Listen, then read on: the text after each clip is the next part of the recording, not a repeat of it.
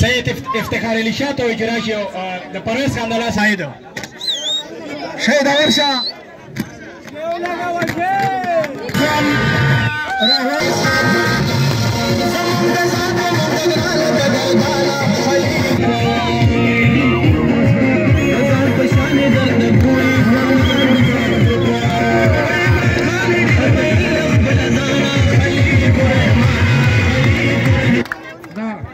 پروګرام کو خو کله سراشي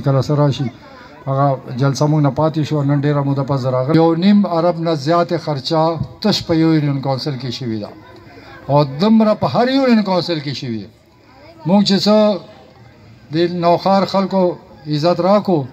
الله تعالی یو موقع ماته خدای راکا هغې بدل کې ما خپل پوره کوشش کړی چې زه خپله ضلع دې ته ترقي ورکم تاسو بنیادي مسلې حل کم یاره خاموشي که چې دې علاقه کې تاسو څه کمی پاتې نشي ځکه بنیادي مسلې سړکې دي چې سړک یې وشي ګیس پوره شي بجلی پوره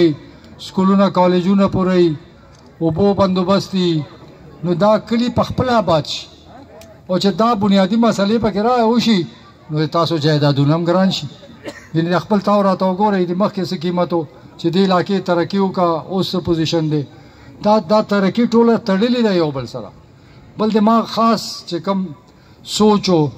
ما دا سوچو چې زه خدای موقع راکوي به او چې وختاً په وختاً به کار کوم چې زه دا کلي آباد کړم دا یو کلی نه دی ما سره 200-250 کلي دي او ټولو کلو کې هم دغسې کار روان دی او ما دا شوق و چې یاره زه دا کلي آباد کړم چې دا کلي رانه ویران نه شي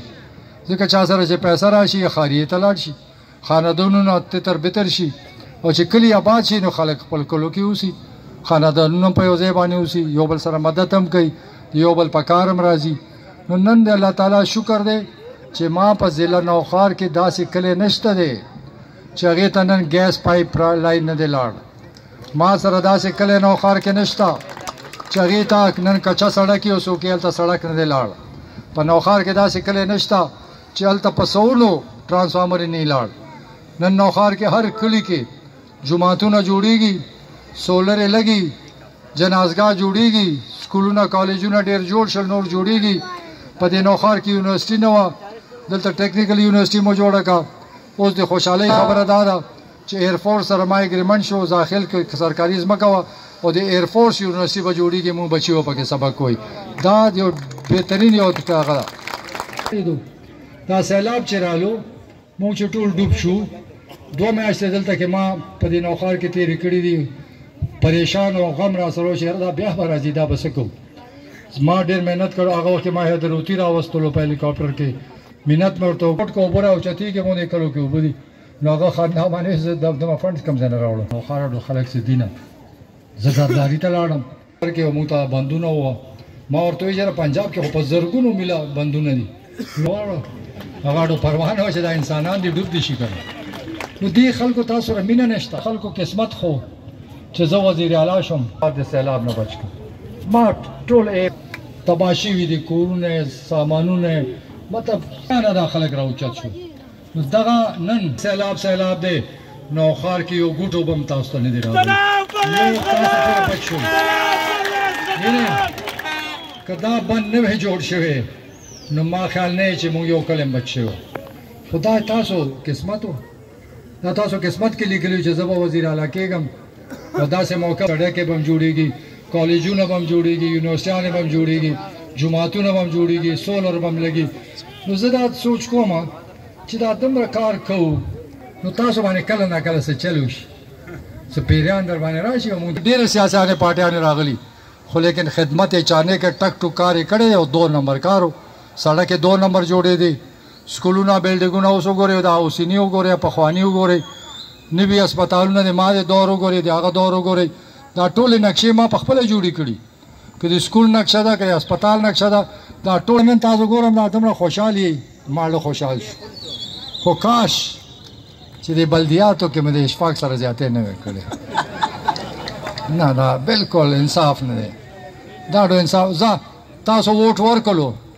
چا ته مو سیند کې مو غورځولو لاړ شئ سیند کې لټوئ که نه چې تاسو کار وکړي اوس به ته کار څوک کوي تحصیل ناظم را باندې دی سور کافرانو راوستو هغه خو ټک کار نشي کولی چې زه ناست یم او زه دلته مشر یم نو مخالف پلار مانه کار نشي کولی نو دا ووټ خپل مه ضایع کوئ د کار قدر وکړئ یار که کارونو قدر نه نو راته وایي چې مه کوه چې نه یې کومه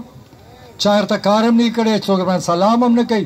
څوک سره غم خادم نه ده کړي شکل م هم نه دی لیدلی او بیا به هغه کامیاب شي یا ووټ به والي ولې به 5 ووټه به څوک ولې اخلي د 5 ووټو شکل خو به راته ښایي چې د څه خدمت دي تاسو ته چېرته راغلي غم خادی ته تاسو چېرته تپوس چا کړی دی تاسو تکلیف ته څوک راغلی دي ما خو ټول بچي شپه ورځ ګرځي که عمران دی که اسحاق دی ما نور بچي دي ما ټول رشته داران دي ما دوستان دي ټول شپه ورځ تاسو خدمت ته ګرځي الله تعالی ما ته ډېر ښه ورکر په دې کلي کې راکړي خدمتګار دي ذاتي لالچ نشته دی نو زه د دې ټولو ملګرو قدر کوم دا نن چې دې جلسې ته کم محنت شوی زه هغه ټولو ته سلام کوم چې تاسو محنت کړی دی او تاسو کامیاب شوئ خو کاش چې دا مو هغه په ګراونډ کې کړی وی نه دا کرسۍ او 15,000 مو لګولی او ټولې ډکې دي خو دی یېرېدل دی ته پته نه چې پرویز خټک تش بوتل خو نه دی یار ما ته خلک راضي به ځکه ما د دې ملک خدمت کې لګیا یم ځکه نن په عمران خان ما